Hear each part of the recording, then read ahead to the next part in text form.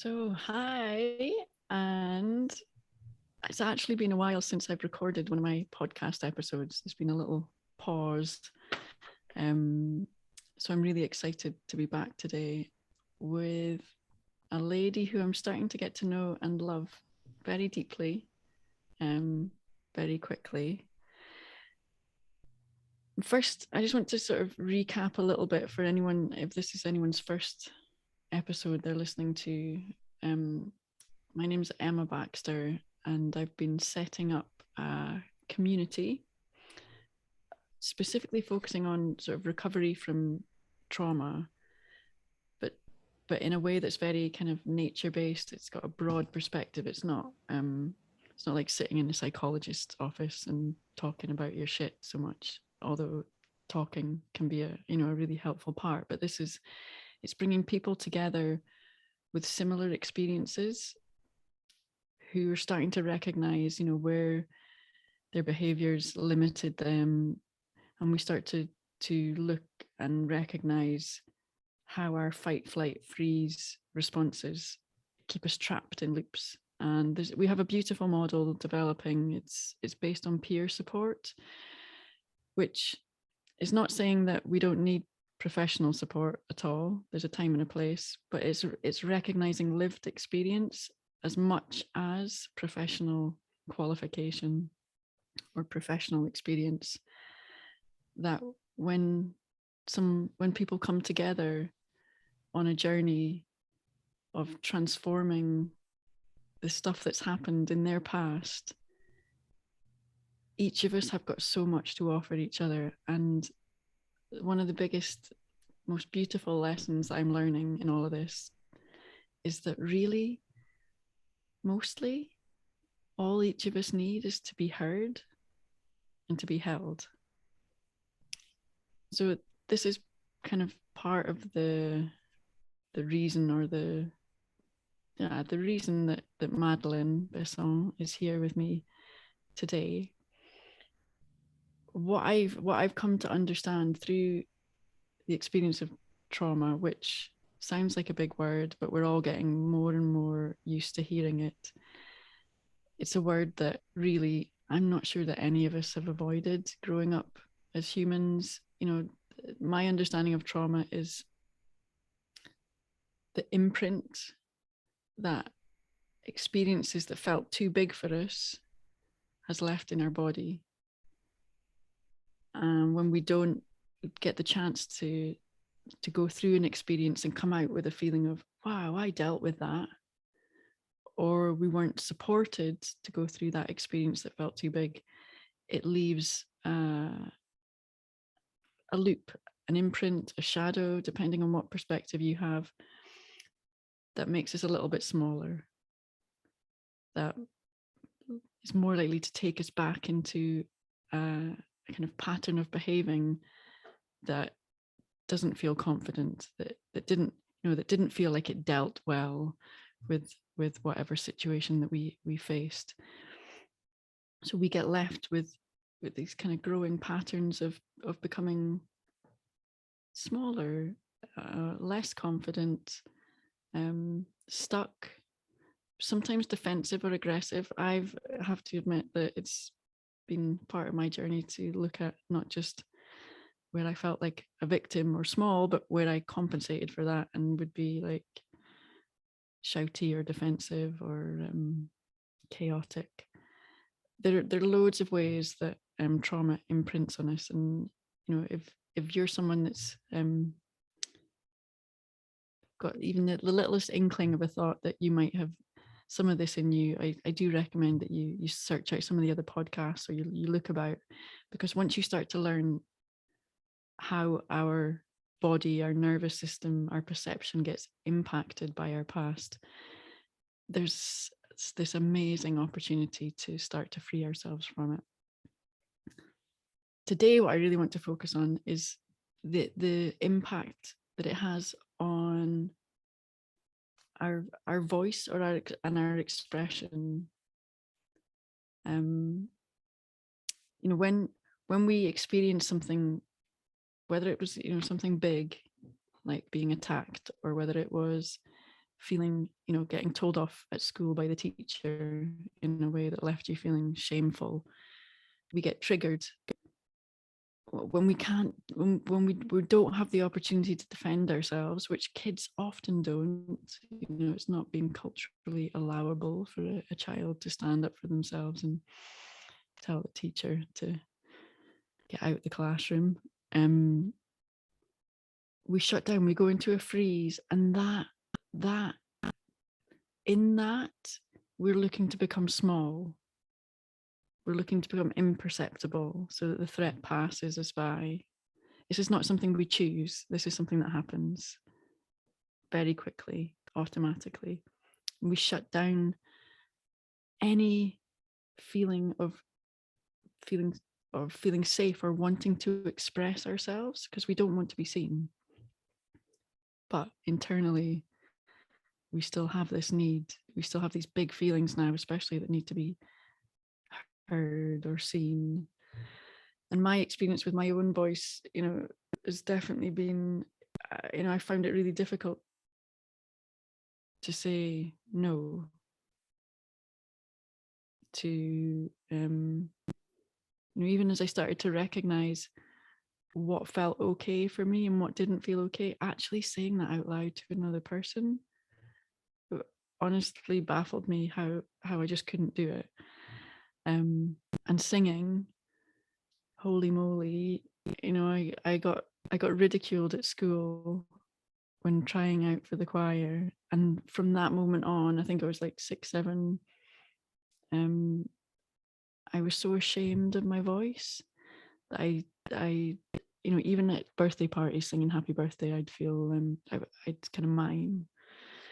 So it came to a certain point in my journey, it was more and more obvious this was something I needed to work on. I'd done little bits in community choirs or what have you, but I approached Madeleine, having met her through one of our my other podcast guests, Maja Metlicar. I'd met Madeleine, I can't remember if it was a course or a retreat you did with her. I loved one of your singles, Madeleine Rise. And Maja spoke about doing singing lessons with you. And it took me a while to get the guts up to actually ask, can we do it? Because this is then like a one-to-one thing. This is like someone's going to see this part of me that feels very shameful. So Madeleine, I'm going to let you introduce yourself, and can you tell us something about your journey with voice, with sound? I know you've sort of been involved in more mainstream creative pursuits, if that's, if mainstream is really a word we could apply to you, and you've been moving more and more deeply into spiritual and healing work. Can you tell us a bit about your own personal journey and professional with voice, with sound, with if trauma came into it? Just tell us what feels right to tell us today. Well, hello. Hi, everyone. Thank you for having me, Emma. It's a pleasure to be here and talk to you about all this. Well, I started music when I was about 2 years old. I started playing violin at 2 years old with the Suzuki method, and then piano when I was about 4, and then classical singing when I was about 15. And so music was always around me, and lots of singing with the family and choir and everything. So I was kind of bathing in that, and also acting and theater, cinema, all of, painting, all these artistic endeavors, and creations. So I've been, immersed in that since I was born, basically. So it always came kind of naturally, and I didn't have specific trauma around voice like you were talking about. But yeah, there's other things that can bring that about, even though I was kind of trained from an early age, with music, but there were other things coming up. So to tie into all of this, I've been just exploring sound healing more and more. You know, and before that, I've been mainly, if you want to call it mainstream music. With I released 3 albums and singles, and I'm a singer songwriter and vocalist and instrumentalist, and there's so many things, but basically this is what I've been really doing professionally, and acting. And then at one point I went to Nashville, and then I started, I lived there for 5 years. And it kind of was rocked my world going there, and it opened a lot spiritually for me. Um, Before going there, I started working on past lives, and trying to understand what was going on with me, because I had depression for a long, long time. Um, yeah. And so I was trying to understand through past lives. And, I went to see how do you say in as Psychologists. psychologists. And it was not working. Like the traditional way of trying to understand what was going on with me was not working. So I went to more alternative healing, and so into past lives, and that opened a whole world for me. And when I went to Nashville, I went much more into that. And online, I just discovered a whole community, mostly online, of people that I was resonating with, and a lot of things started making sense. I started doing Reiki with someone, and it just, like my intuition was starting to really open up, and I was connecting with it much more. So I was understanding much more of this world and what I had been through and what I was going through. And with all that, but it came quite um, not too long ago. I'd say 2019, 2020, where I really understood that I needed to create, sound healing meditations and transmissions with my voice and recordings, etc. And then once I kind of accepted that, it just went really quickly.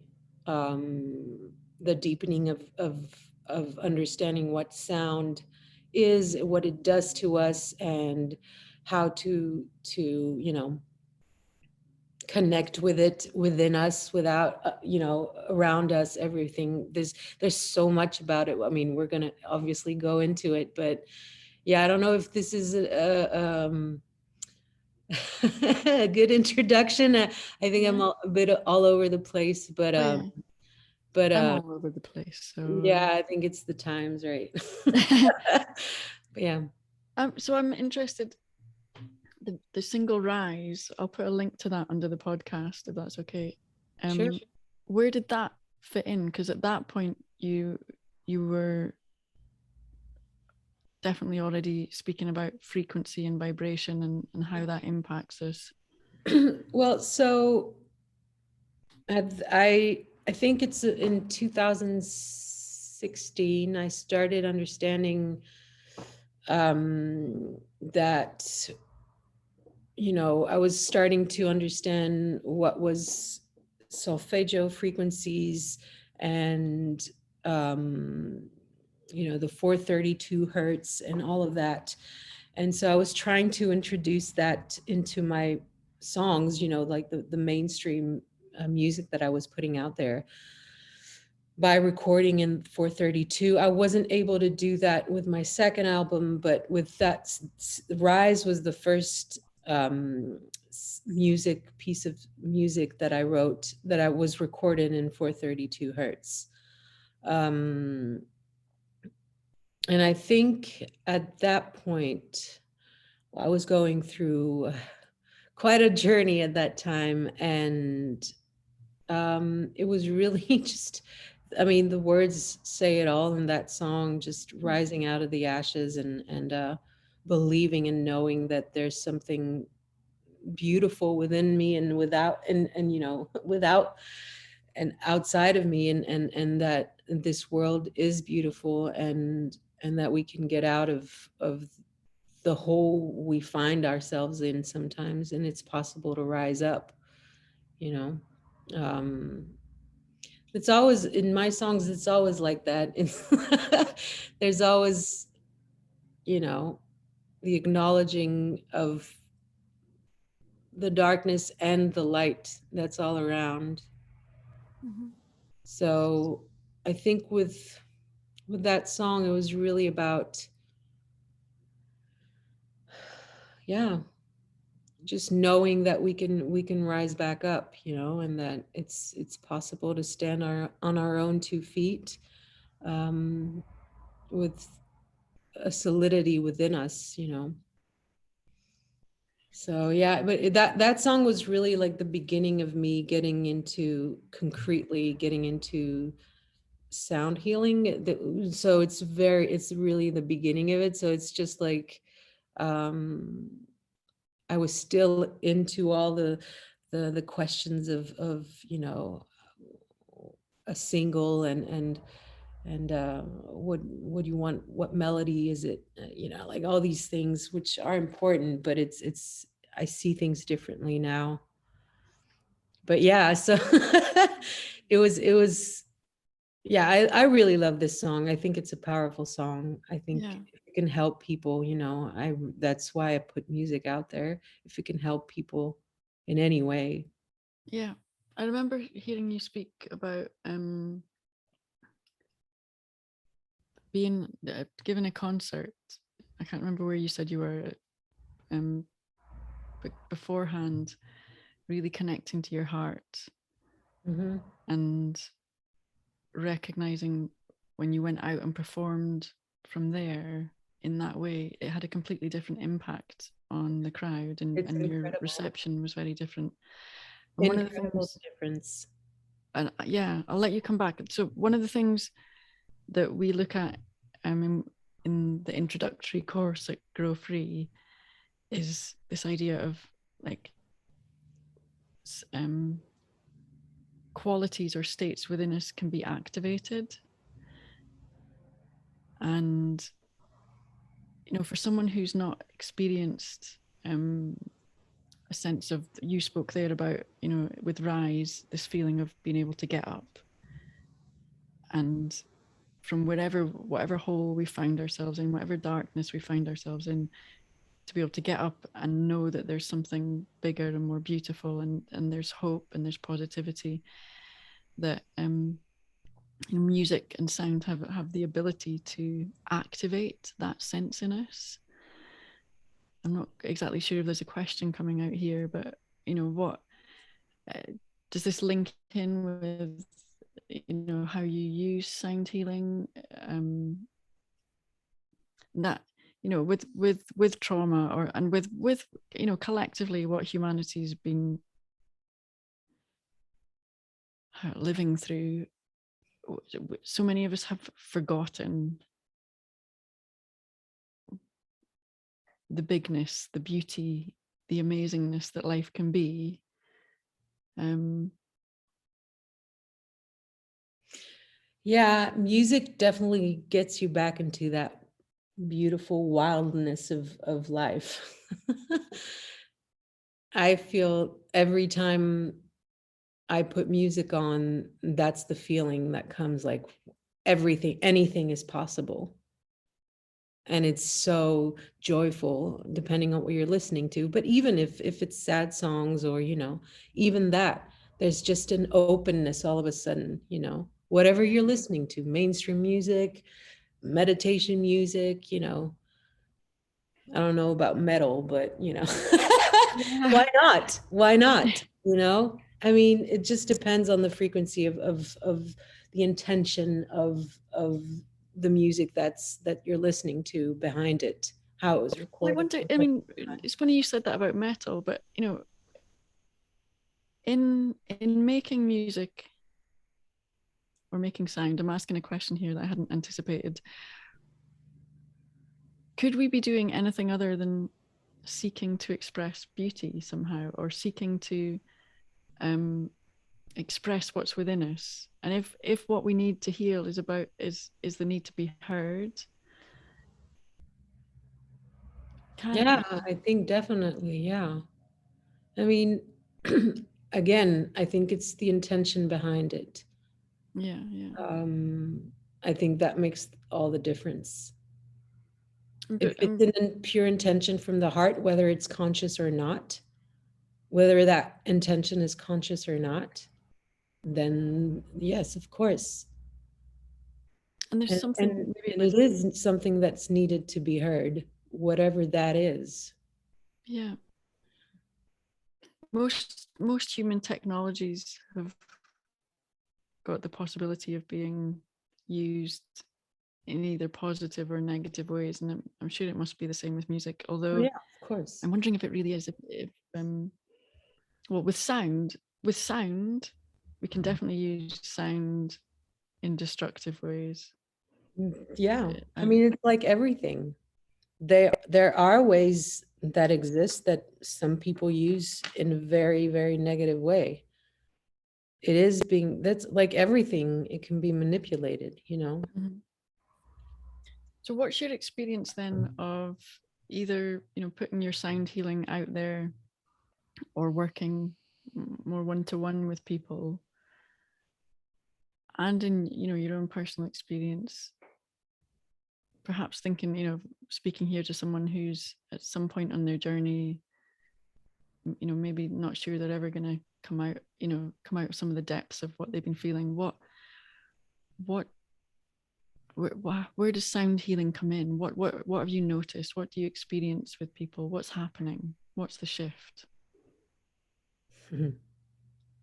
I'm seeing that it asks a lot of patience with yourself, um, perseverance and determination.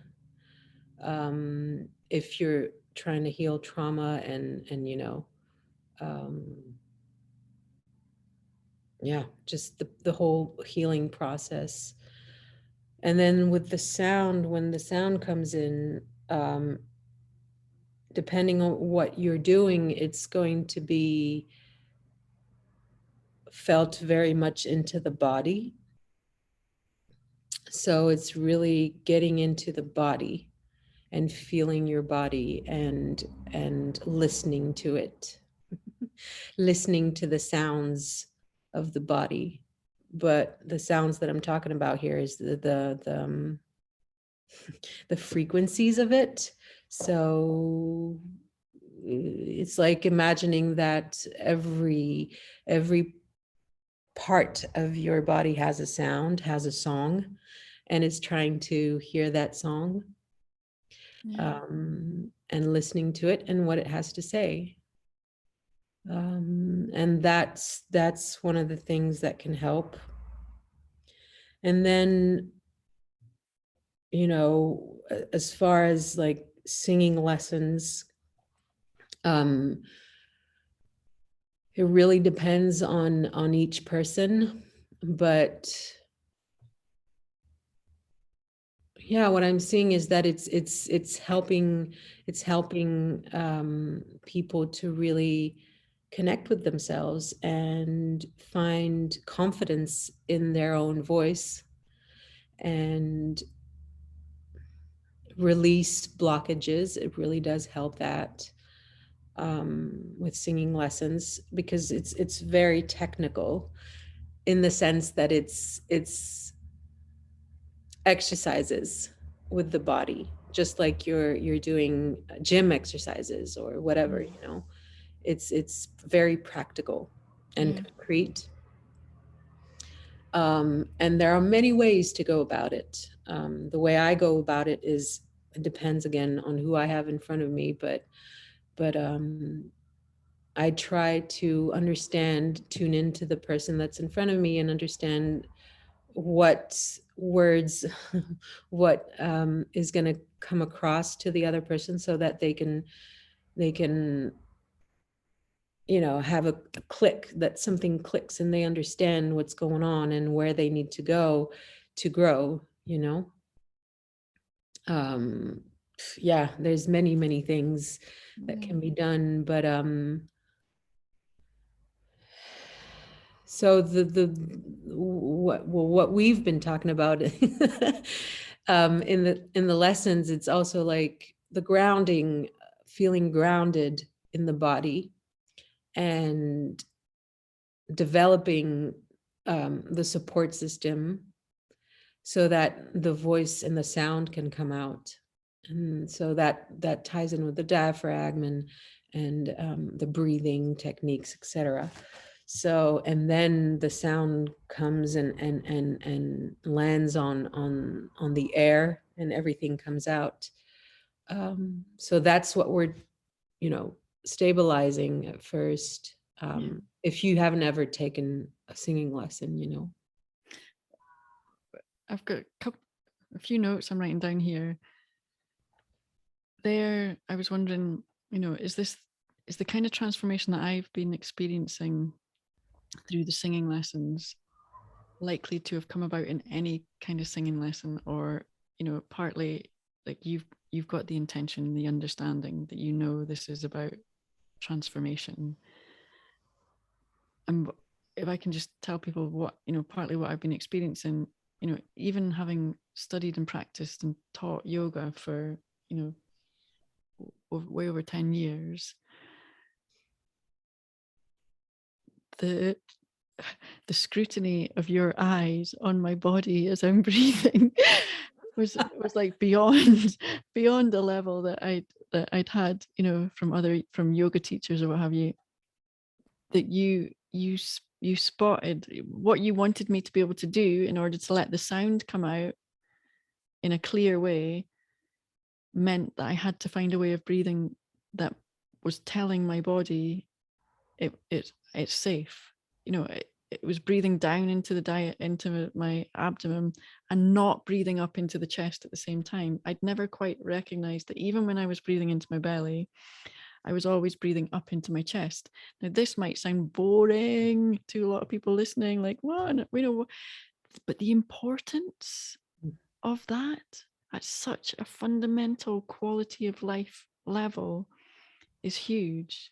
I mean, it literally is the difference between your body being able to feel safe or not. And maybe if you're someone that's always, felt relatively safe, being able to breathe into your body, that's doesn't seem like such a big thing. But the first few times when I managed it, I remember I was walking in the forest trying to practice what you had me doing, and I was like, holy moly, one of those great big, not a penny drop moment, but a comet drop kind of, whoa. And it's always still super emotional to me, when some of this releases. And what if I just like go on a little bit here, because this is so fundamental, I feel like what's been coming up within me is birth healing, and probably like, previous, not in this lifetime healing. I've done a fair amount of the young child, the teenager, the adult. This definitely feels that fundamental kind of. I just have this feeling like that's what I did, like the first breath I took, as we have these cultures where babies are taken out of their mums in some kind of bizarre, unnatural manner, probably placenta snipped off straight away, premature, whatever, and patterns that are then written into our bodies. I spoke a lot there, I don't know. Oh yeah, it's really interesting because actually when you're sleeping, you're deeply breathing, and it's it's very much, it's very low, it's a low breath, you know, in the sense that it's in the stomach. Babies, they know how to breathe there in the stomach naturally, you know. So it's like breathing from up up there, around the chest, and rising the shoulders. That's kind of, it's sometimes it's good, of course, but it blocks a lot of things, especially if you want to be singing, because if you're singing, you have to be grounded. You have to be grounded. This explains why I've never been able to sing. Yeah, well, that's explains sometimes I get blocked because I'm not grounded, you know. I mean, I mean, the parallels and the connections with nature and singing and sound and all of it is just limitless, and it's so vast. And I'm discovering every day about it, you know, all day long. It's the connections are there all the time because we're part of this nature. It's you know, we're the kind of the image of it, et cetera, vice versa, you know. So it's I don't know, it's just so vast. I don't know where to start because it's you know, so there's all these parallels with being connected with source, and being connected with the universe, or what, however you want to call it, with God, and connected with this earth, this physical body on which we are, you know, and which we're in, this temple that we're inhabiting, you know. And it's, and it all has sound. It's all sound. It's all frequency, vibration, you know. So it's about tuning into all of that. And sometimes the blockages that we have, being emotional, physical, um, psychic, whatever it is, you know, that makes it difficult for us to tune into those sounds, tune into our own voice, being able to let it out, being able to let out all the sounds that are within us, and to receive all the sounds that are outside, you know, receive the sounds of trees, for example, receive the sound of rocks, receive the sound of grass, flowers, birds, all of it, you know. Yeah. Well, you Receive can't do the that sound from. of concrete, receive the sound of wood, you know, chair, what, everything has a frequency, everything. Because it's all energy first. Yeah. And we can only receive energy and sound insofar as we're in our body. When our bodies become this place that's unsafe, because it's got these patterns of breathing, because we've got this way that we've learned to perceive, everything feels threatening, the world feels threatening, our consciousness jumps up and sits only in our thinking mind. And when you're speaking about being grounded, that's, you know, bringing our awareness, our consciousness back into our body in ways often that I guess so many of us aren't even aware that we have disconnected so much, and that Well, this yeah, it's body. a balance, right? It's the balance of it's the balance of the mind, the heart, all of it. We need the mind, Mm-hmm. you know, and so it's like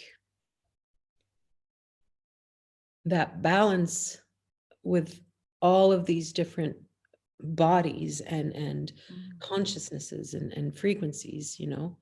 um the thing is, our thoughts are frequencies too, our energies are, you know, and and they have their own sound. They have their own song, you know. So it's all these things, all of that. And sometimes it, when you look at the vastness of all of this, it can be somewhat overwhelming, but That's why the grounding and just getting into the body and understanding that breathing, that it's really, it puts you in a state of tranquility, you know? So you're speaking there,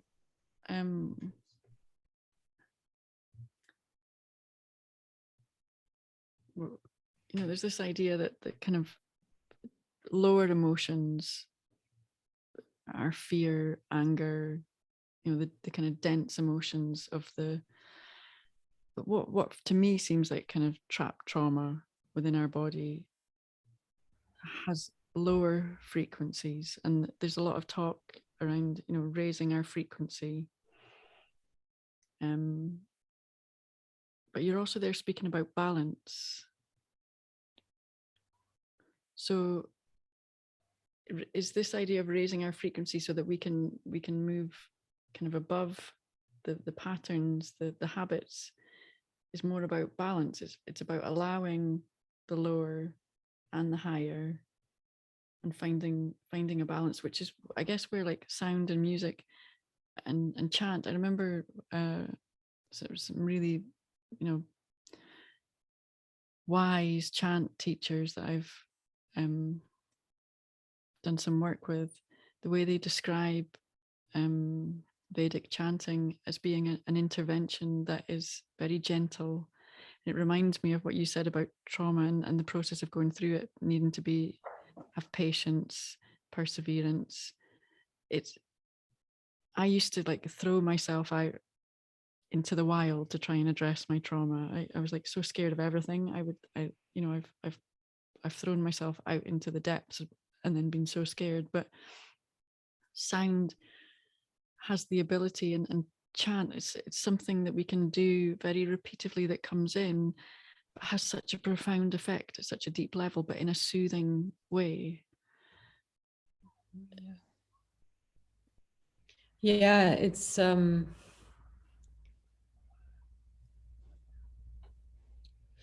well, I would say, coming back to the balance and to those lower frequencies, they have such a bad rep, and it's because they're painful to go through these emotions. They're uncomfortable. They're And uncomfortable when we don't have awareness. yeah, but the thing is, we have to go through it. We all have anger on different levels, but we all have anger, right? We all have sadness, deep things that are deeply rooted within us, and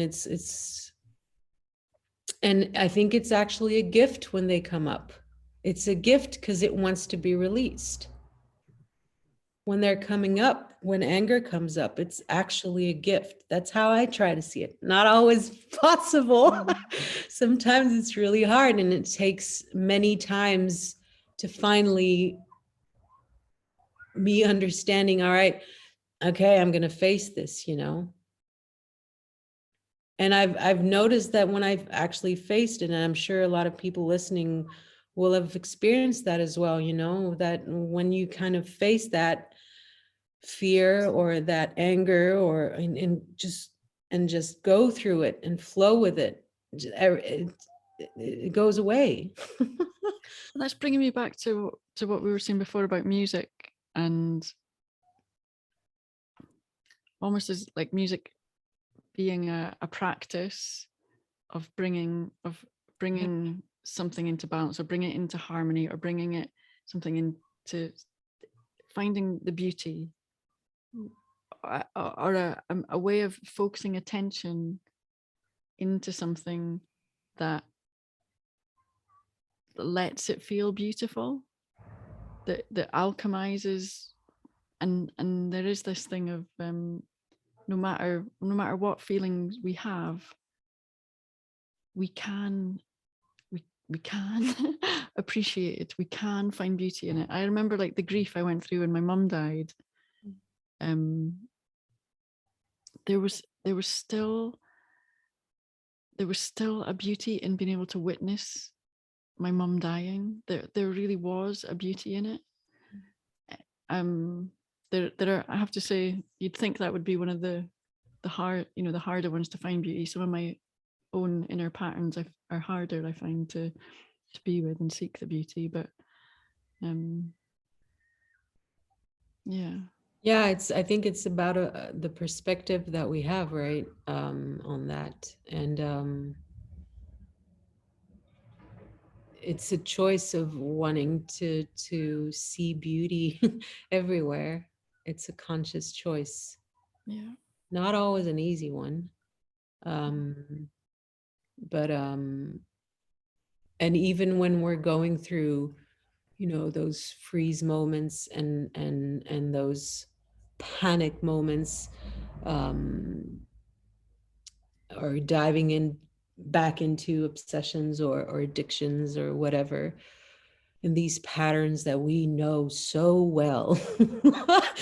And it just keeps coming back. And the thing is, what I've been experiencing lately is acceptance of when it comes, and knowing that it's coming up for me to understand something deeply, and that it's going to go away. That it's not there to stay, which before I was not able to see when I was in the midst of of the fog, the very, very thick fog. But the more, and yeah, just seeing the gift that it is when it comes up.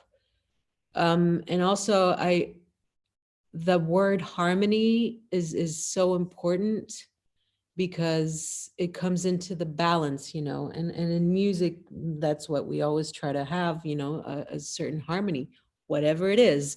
It can be something that is not pleasant to the ear for some people, and for others it is. That's a matter of taste, but harmony is you know it's like, it's how you blend in the sounds together, how they sound together. So for example, if very concrete, like that thought has, or not very concrete, but that thought has a certain sound, and this other thought has another sound, right? Another frequency. And they're kind of blending together. And if these thoughts don't harmonize, then there's something that's created that's uncomfortable. Or you can always do parallels with music and sound and etc., with everything that we're going through. It is so connected. I mean, and I don't think we've understood the yet, whether it be scientifically, spiritually, the the depths of how sound, we are connected with sound, how everything galactically on this earth, everything is sound. Seriously, it's just amazing. that in the yoga, it's in the Sankhya tradition, which is related to yoga. The way they describe the creation, Yeah. um, I'm sure but first there's pure consciousness, Hmm. which it just is. Yeah. I don't know if that's like the first dimension or what have you, but and then in order to experience itself, um, sort of a movement, a vibration is formed, and sound and vibration, and then the ability to be sound and hear sound is like the very first step of existence, which It's is so why it's so simple. fundamental. Yeah, yeah. It's Um, beautiful. and this is, all this knowledge. I don't know. It feels like some indigenous cultures had it way more, and Yeah, ancient ancestors had it way more. absolutely. Yeah. Also, there's something coming that's new, even Yeah. Beyond what may have existed before. And I know that you've been working to do the sound on the new animation that we're developing in Grow Free. That is all about, well, it's a lofty goal and project to try and represent all of this. We were and trying, for me, very difficult to try and get scripts down below like 20 minutes, let alone down to 2.5 minutes or something.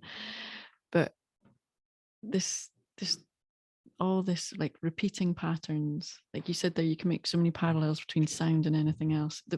And the more I understand it, the more, like, when you understand how anything works, you understand how everything works. And there are these repeating patterns in nature, whether it's sound, or it's become already more, tangible and concrete, and you can see it, or um, there's the repeating patterns in the way that the branches of our lungs and the branches of trees, Yeah. everywhere you look. And I think you started earlier on just about just how we are this connected web of life, which is this whole kind of philosophy of Grow Free, and about slowly, or maybe quickly, because things feel like they're going so quickly now, our ability to learn to feel safe with what's been going on in our body, to come back in, connect with our body, and open up our senses, open up our consciousness, our ability to receive, like you said, to receive the sound of the trees. All of these things that would have sounded, honestly, way out there to me not that long ago. My rational mind was so like, but no, I can't hear it anyway. Um,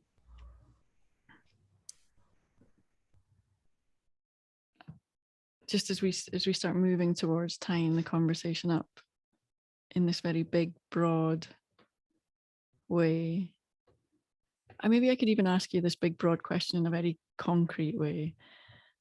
When you go out for a walk in the woods, Madeleine, what's your experience now? Has it changed as you've settled into your body more? Or as a musician, were you always hearing trees? Or, No, it's changed a lot. And sometimes I don't hear them. Sometimes it's not where the attention is to be, you know? It depends.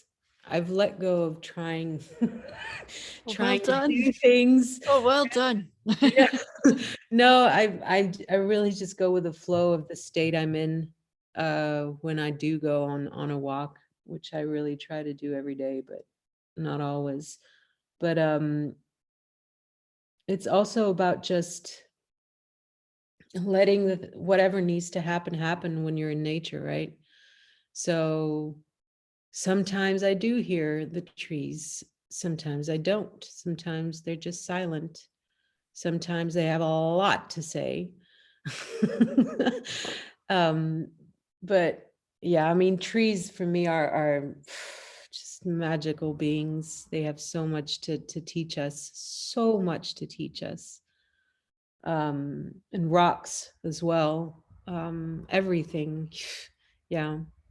But I think the one of the biggest things is the connection with the heart, because that's where everything happens. That's where I receive all of it.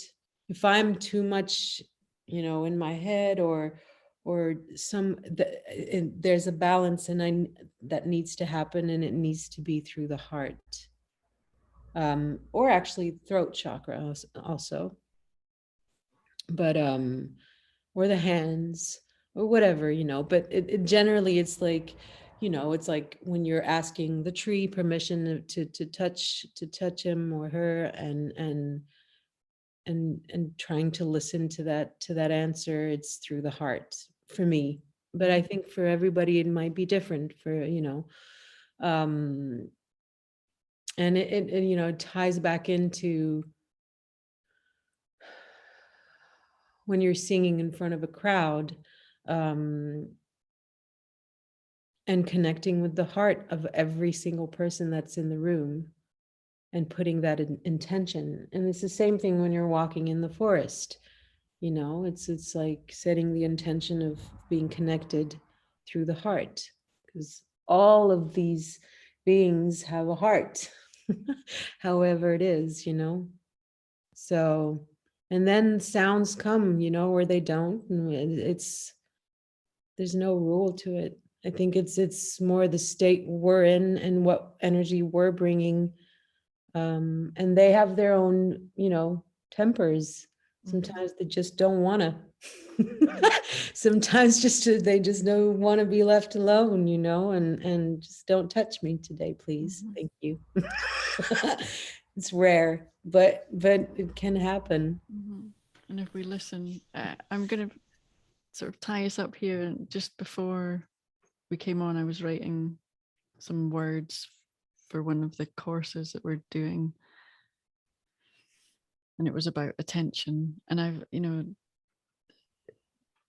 in so many places or practices, this whole idea of attention and its importance, you know, it's come up again and again and again.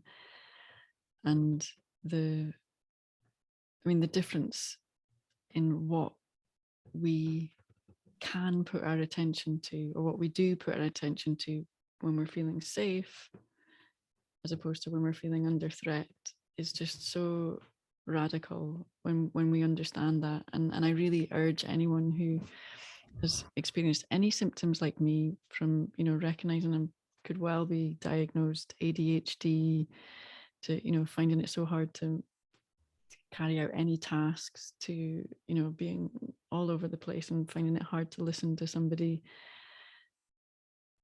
If any of this rings true for you, whether you come in to Grow Free in any of our courses or our community, but find ways to feel safe. And what Madeleine, you were speaking about there, you know, the opening up of our attention, then as the safer and the safer we feel, so that we do feel part of nature, and we can hear the bird song, and we can see horizon where previously there felt like, I don't know, Yeah. sharp edges or a dark hole. But it's tuning first in ourselves, right? It's first, that's the first step, is listening to our own body. How uncomfortable it can be sometimes. And I know that's not an easy way. Yeah. But And finding what supports you to do that. And there's different right. practices, there's different people. But sound is a big one for sure. Yeah. Because, you know, if you go into the meditations, solfeggio frequencies, and that is super helpful at first.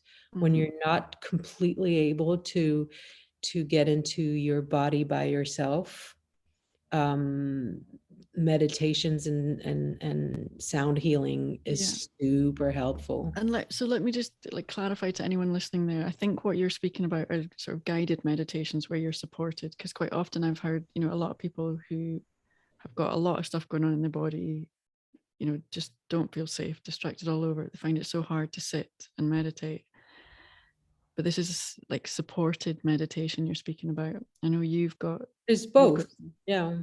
There's ones where it's just sound and singing, and light language, and then there are the others where it's guided. But the music itself is the support. Yeah, definitely. Isn't it? Absolutely. Be there with your own body, with the body you're in. Well, yeah, and it's listening to the different, you know, the different melodies that are happening and the different harmonics that are happening everywhere, you know. And every time you listen to it, it's something new comes up. That's a good practice, isn't it? To be here and now is just, what can I hear where? And the thing is, it goes on a cellular level to listen to that kind of music. It's healing on a cellular level. Yeah, it's deep. Mm-hmm. Tell us then, Madeleine, how I'm just watching my husband walk down the stairs. I'm going to let him scoot past off for his bike ride. If people would, have heard this and would be interested in finding out more about you, finding any ways to work with you, where would they go? What are you up to? Sure. Yeah. Well, you can go onto my website, madelinebesson.com. And then I'm also on YouTube. The channel is Madeleine Besson. And then I'm on mainly Instagram, Madeleine Besson as well. It's very simple. Madeleine Besson. Yeah. We'll post it under. I think also some of your meditation activations with Maja Metlicar are on her website. That's On her website, yeah. Yep. So we could put the link to that underneath. And of course, I'm gonna do my best to bring you into the Grow Free community and find a way. I'd love to. Yeah. Yeah. I'm excited about it. Yeah. So online potential and bringing you over to Scotland sometime. We're definitely. Yes, that's a definite yes. Okay. Well, thank you for a beautiful conversation. I'm sure people will get a lot out of this. I know I did. Well, thank you for listening, and thank you for having me, Emma. Okay.